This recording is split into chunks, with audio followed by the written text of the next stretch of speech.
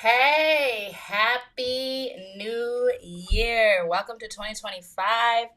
It has been such a long time since I have been live, and it is an honor to be in front of you tonight. For those of you who are new to me, I am Nkoyo Efyong Lewis, Chief Impact Strategist at Ibani Song Solutions, where we help social impact leaders turn their audacious ideas into actual impact.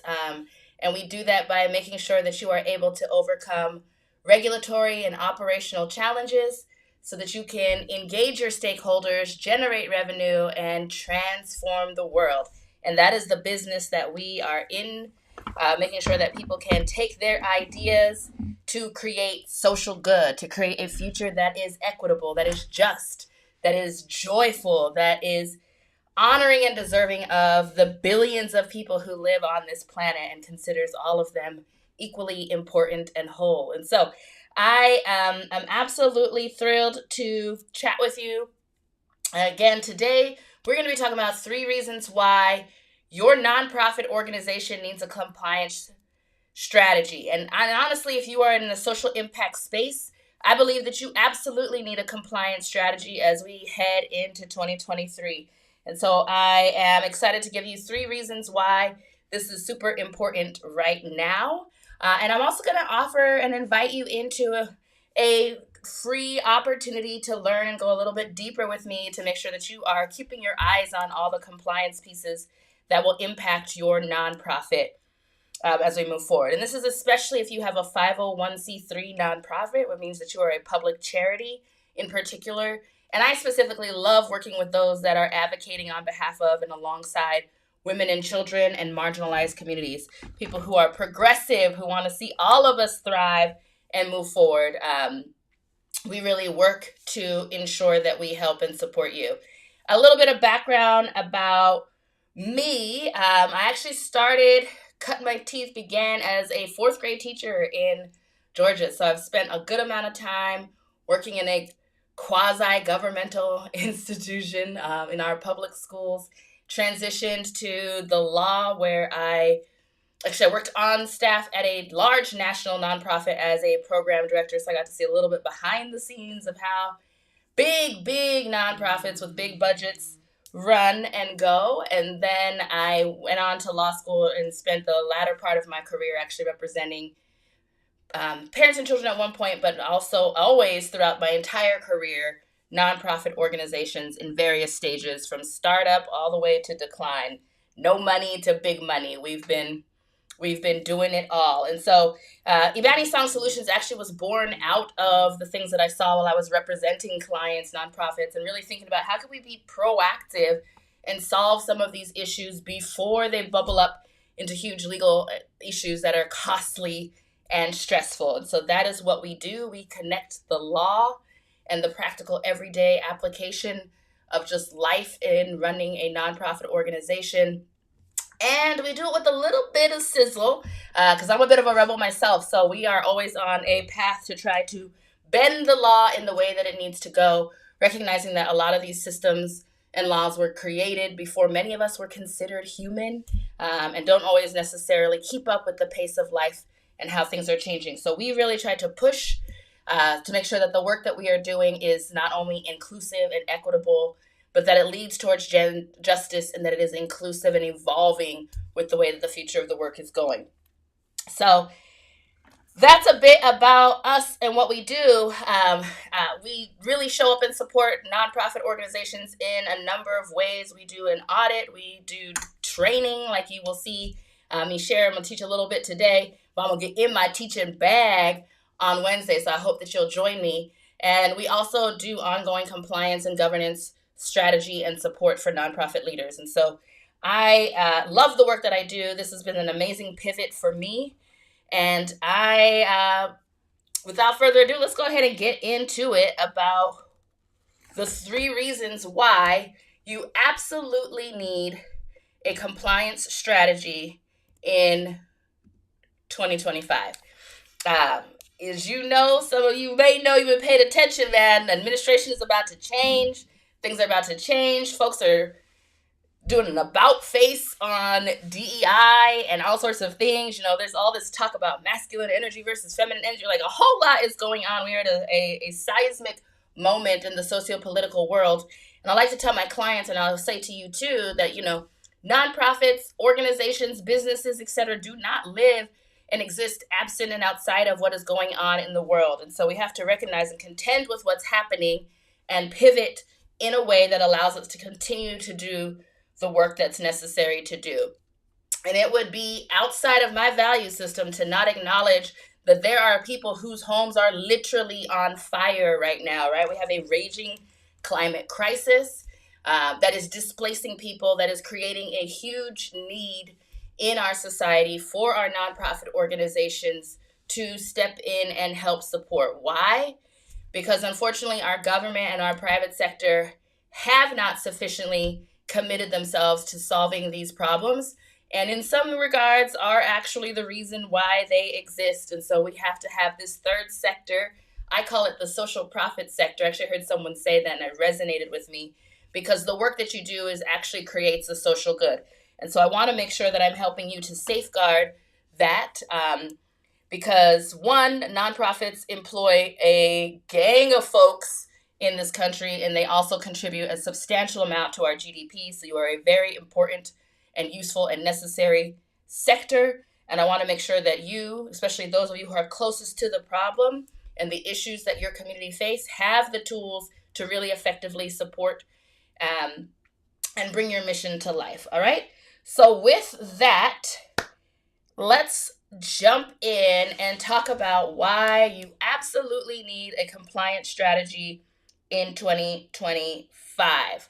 Again, after I get through these 3 reasons why you need this, I'm going to talk with you about how you can take the first step in building your compliance strategy. So make sure that you stay to the end so that you can hear a little bit about that and get in with me as we launch this year. I've committed to doing a lot more teaching and speaking and sharing of knowledge and resources, because we all desperately need a friend. We all need a little bit of a hand, a little bit of help from time to time.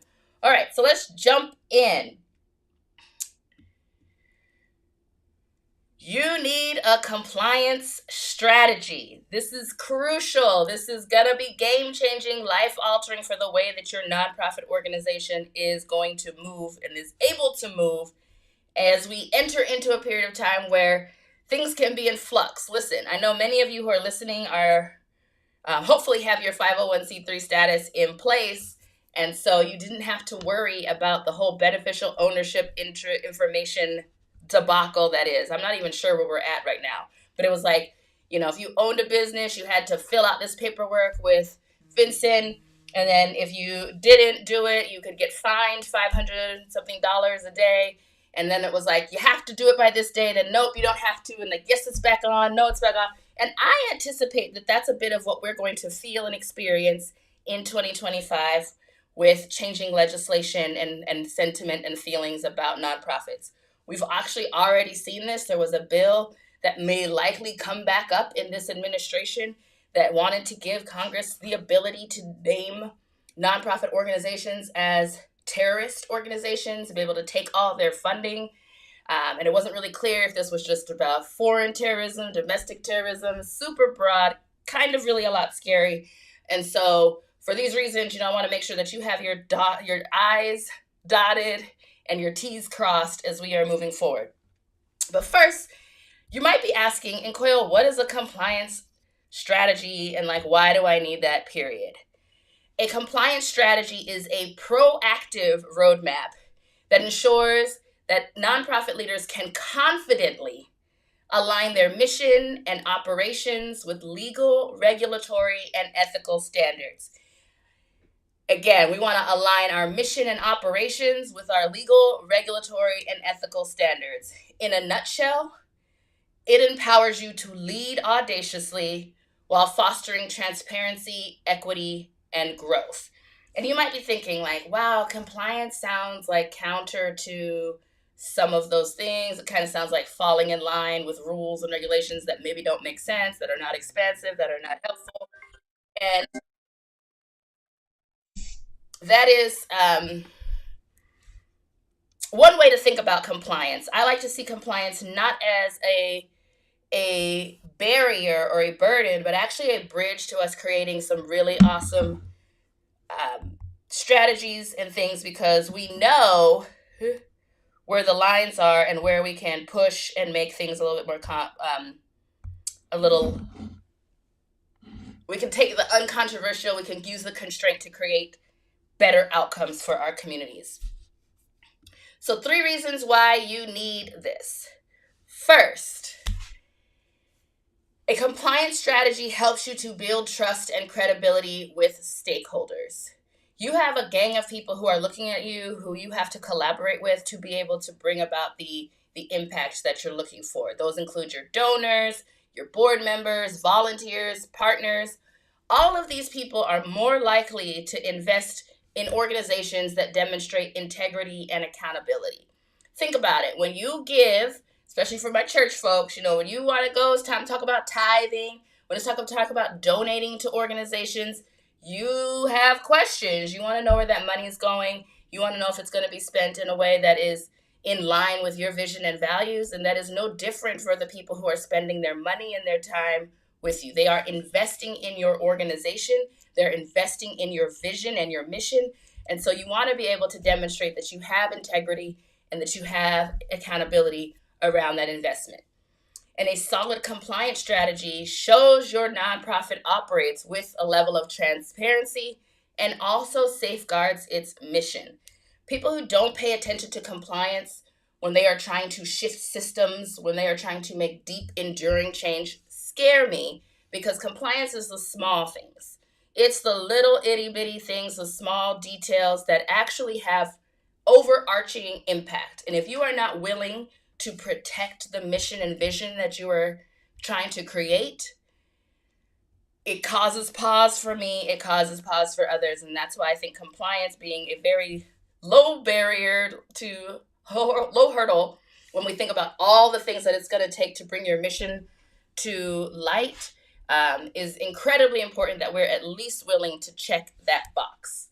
The second reason why you need a compliance strategy is because a compliance strategy helps you to avoid costly mistakes and protect your mission.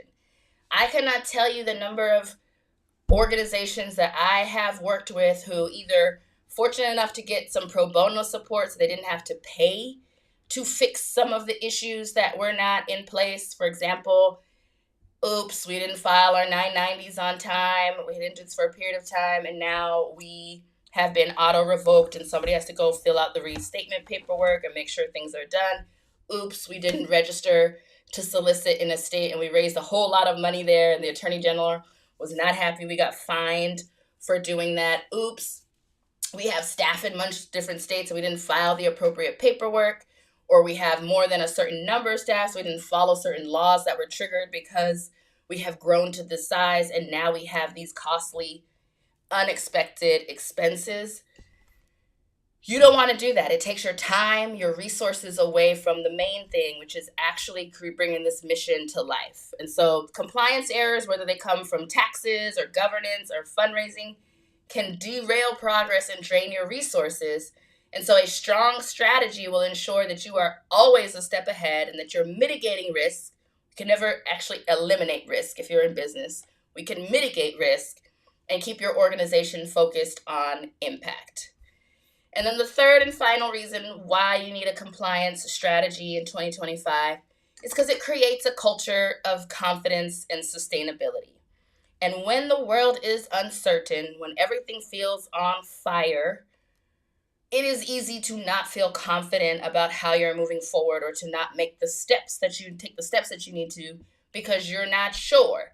And sometimes our level of